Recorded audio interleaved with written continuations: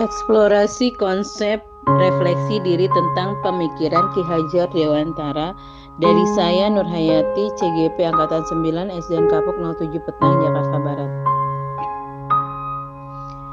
Intisari dari Ki Hajar Dewantara tentang pemikirannya, Ki Hajar Dewantara mengatakan bahwa pendidikan dan pengajaran merupakan usaha persiapan dan persediaan untuk segala kepentingan hidup manusia, baik dalam hidup bermasyarakat ataupun hidup berbudaya dalam arti seluas-luasnya. Pendidikan adalah tempat persemaian benih-benih kebudayaan dalam masyarakat.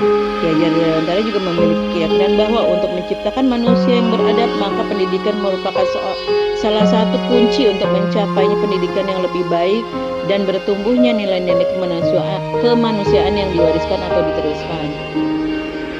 Tujuan pendidikan menurut Ki Hajar Dewantara yaitu menuntun segala kodrat yang ada pada anak-anak. Mereka akan dapat mencapai keselamatan dan kebahagiaan setinggi-tingginya baik sebagai manusia ataupun anggota masyarakat.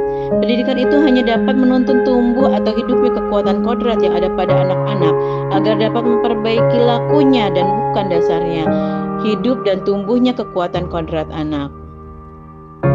Penjelasannya adalah bahwa Ki Hajar Dewantara mengibaratkan peran pendidik sebagai seorang petani atau tukang kebun. Anak-anak seperti biji tumbuhan yang disemai dan ditanam di lahan yang sudah disediakan.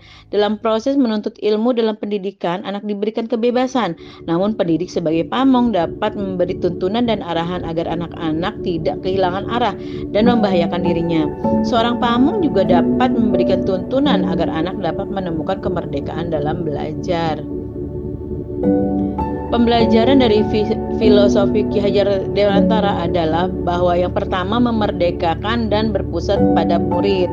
Yang kedua mengikuti perkembangan zaman. Yang ketiga tidak bertentangan dengan nilai-nilai kemanusiaan. Yang keempat pembangunan budi pekerti dan berfokus pada proses dan bukan hasil.